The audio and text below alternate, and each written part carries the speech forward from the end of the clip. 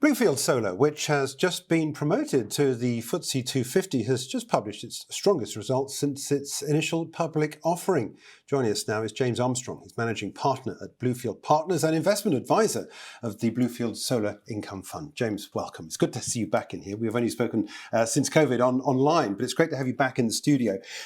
These full year numbers, they look particularly good. I should say, first of all, I am an investor. I have been for some time. And I was looking at these numbers thinking, these look pretty good, but I would say that, and I guess you would too, but just outline exactly what's been happening, because it is producing what you promised, yields going up on dividends, everything looks good. Yeah, it's been great. Good to see you again, Jeremy. It's been a really good 12 months. So the financial period is ending June, and we, as a business, so we invest in the UK, and we are predominantly a solar investor, but we also now more recently invest in wind and battery storage. And we've delivered very, very strong results. And that's because our earnings makeup comes from two elements that are benefiting from the current economic situation. So the majority of our revenues are coming from RPI-linked regulated revenues. And then the balance is that we're selling the electricity into the grid as well. So both those factors have been very, very strong tailwinds for the company. So it's enabled us to deliver a sector-leading covered dividend of 8.2 pence per share. And the board announced that for the current financial year, it's being increased to 8.4 pence per share. But what's really the news, I think the bigger news, is that what we've demonstrated in the results is that we have, through a very, very active and efficient power striking strategy, where we've been forward striking our power contracts, we've got very significantly higher earnings coming in the following years, where we're looking at over a 2 times dividend cover for the next 2 years out. So the position for the year under review has been very good, but the position going forward looks very, very positive indeed. The company as well is a little bit bigger than it was this time last year, isn't it? Because you've made a lot of acquisitions. Yeah. How is all that going? You integrating all those now in the process of doing so, or has that all happened? Yeah, it's worked very well. We've been very active. We've done over 300 million of acquisitions. We had a couple of fundraisers to support that, where we raised over $250 million with very successful fundraising from our existing shareholders, and also getting some good new shareholders coming in. And so it's been very active. I think one of the things that's differentiated Bluefield and why we have performed, consistently outperformed our benchmark returns and also our peer group over close to a decade, is the fact that we have a very integrated platform. So what does that mean? We've got over 100 people focused just on this fund, and they have expertise from development through to operation and maintenance and everything in between, Jeremy. So it means that when you're talking about integrating big operational assets, or indeed delivering a big development pipeline, which we've got coming down in future years, we have the expertise and the breadth of experience to be able to do that. In addition to the development pipeline, I understand as well, you've also got your Imr Acquisitions, is that right? Yeah, I mean, we believe that the conditions are very favourable at the moment for further acquisitions. As a business, we are, if you look over the genesis of the company over the last 9 years since we IPO'd, we've had a period at the beginning when we were very acquisitive, and then we actually didn't acquire anything for almost 4 years, so between 2016 and 2020. The reason for that was that we weren't comfortable with the assets, pricing, the quality. Those conditions have all turned around. The aforementioned, inflation is our friend, higher energy prices are our friend, and also we have that expertise which is particularly focused on the primary market. So that's where we've got developments, new build deals coming through that we control. So those factors combined are why we expect to continue to be very acquisitive, because we think the conditions are going to be very favourable for us. It's an interesting market, isn't it? I was talking to a solar panel company recently. They're talking about things now which have moved on so much, even in the last 12 months. How do you keep the technology up to date? I mean, you've obviously got a strong balance sheet, so you can pay for whatever needs to be done, I guess, in terms of upgrading solar panels and so forth, because my understanding is that over time they degrade. Yeah. So obviously you want to keep on top of the production of energy. How much money goes into that? Do you have to spend much in terms of replacement of technologies?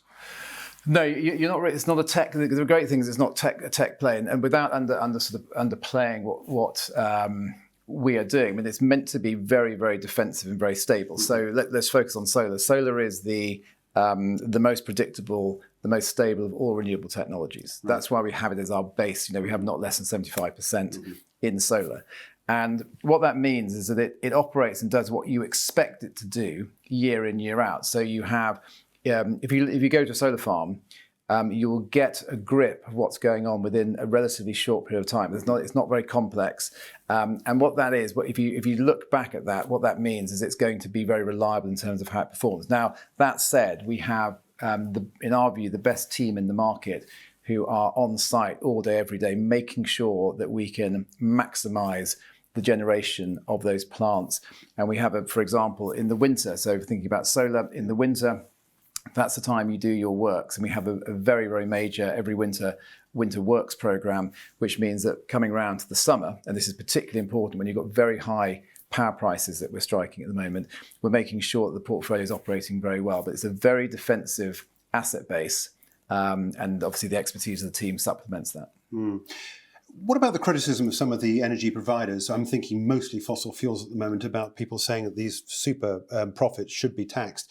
Is the renewable sector going to be taxed in the same sort of way? I mean, your prices are driven by prevailing prices within the market, so you are to a degree benefiting from this uplift in end consumer prices, aren't you, into the market? Do you think that the taxation will eventually bleed through into the renewable sector? I think all the indications are at the moment that the current government is not looking at doing windfall taxes, as people have seen in the press. I would say also there is a very, very big difference between a business like Bluefield Solar, which is run very efficiently and is delivering a 2 times dividend cover. That's very different from an oil and gas business which is making tens of billions in a single season. So I think the fundamentals of premise is a slightly different one. But I think as we say, in terms of the politics of it, I think there is at the moment, it doesn't seem on the sort of cards at the moment. The government is looking down the sort of the route of a windfall tax.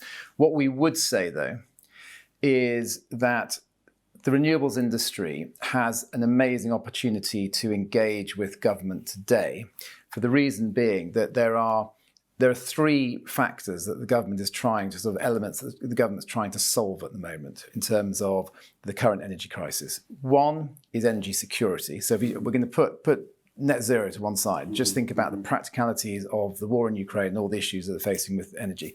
One is energy security. 2 is the speed to be able to deploy secure, domesticated energy. And thirdly, what's the cheapest source of energy you can find? And the answer to all 3 of those questions are solar and wind. They can be deployed very quickly. They are the cheapest. So if you look at a great sort of reference point for say the solar industry was that within the last few months there was a very big CFD auction. So this is where you have you've got the contracts for difference, which is the basis upon which the government is looking to incentivize renewables.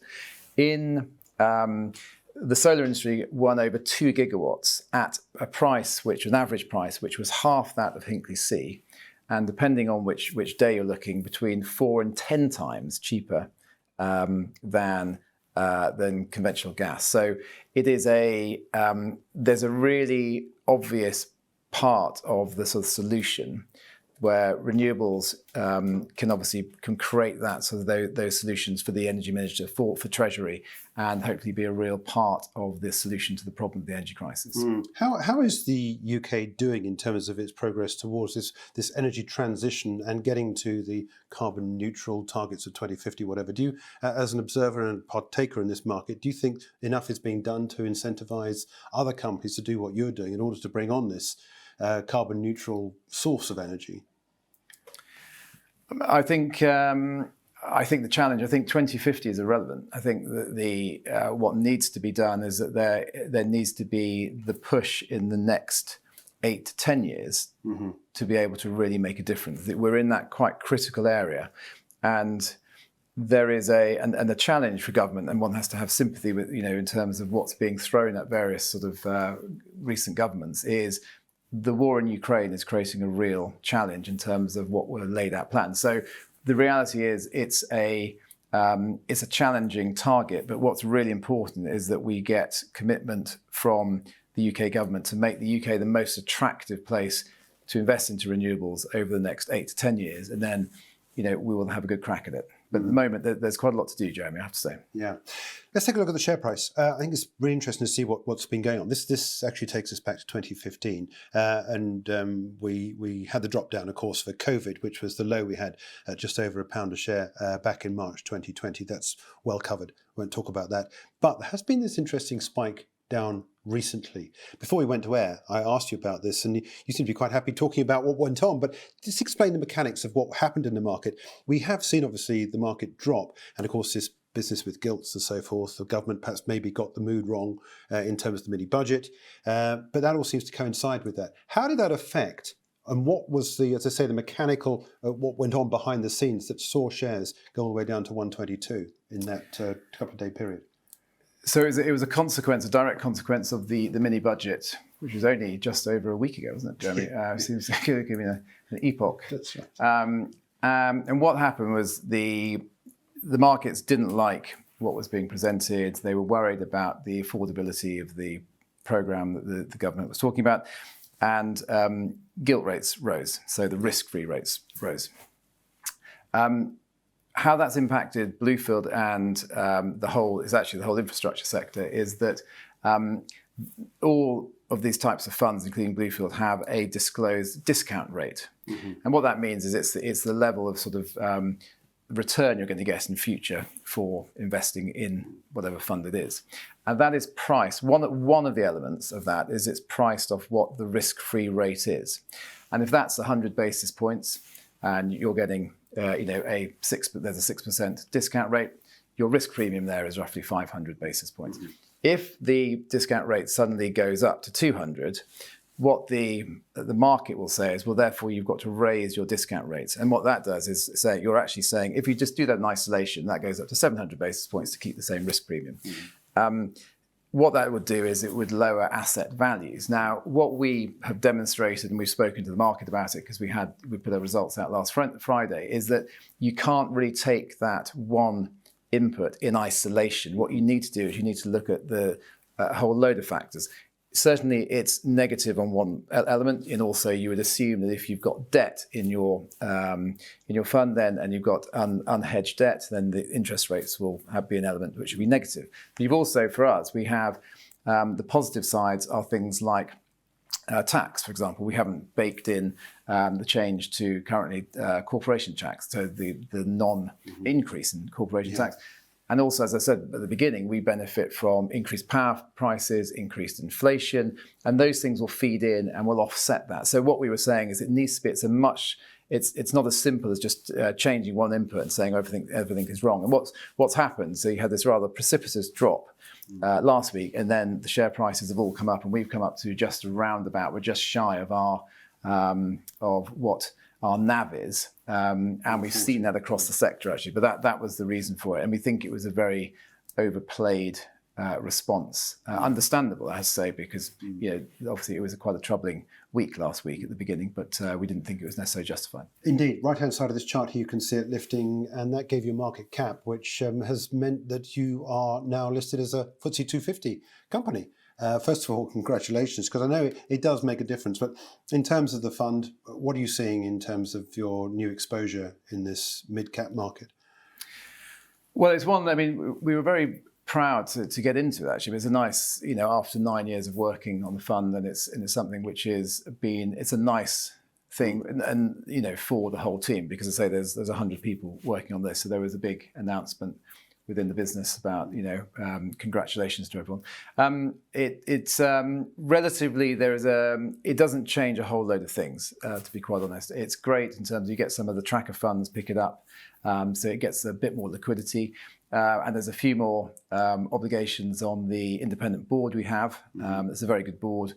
So there are a few changes there. But overall, it's more that it's really a signal that you've done well and you've got to a certain capitalization for executing consistently your business plan.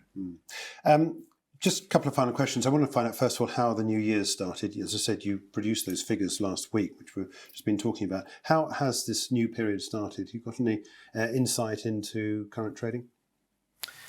Yeah, it's been pretty positive. I think where we're really excited is that there is accumulation really of very, very, say a lot of work where we've got the situation going forwards where we've got very much higher earnings, and we've also got a very big proprietary pipeline of deals coming through. Mm-hmm.